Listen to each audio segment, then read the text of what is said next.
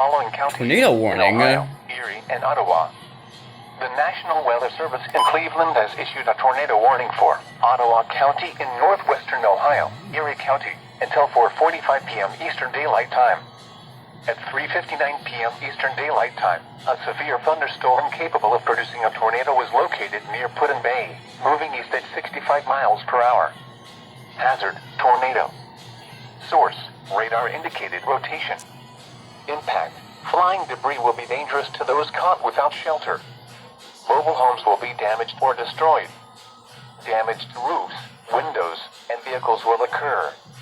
Tree damage is likely. This tornadic thunderstorm will remain over mainly rural areas of Ottawa and Erie counties, including the following locations: Catawba Island,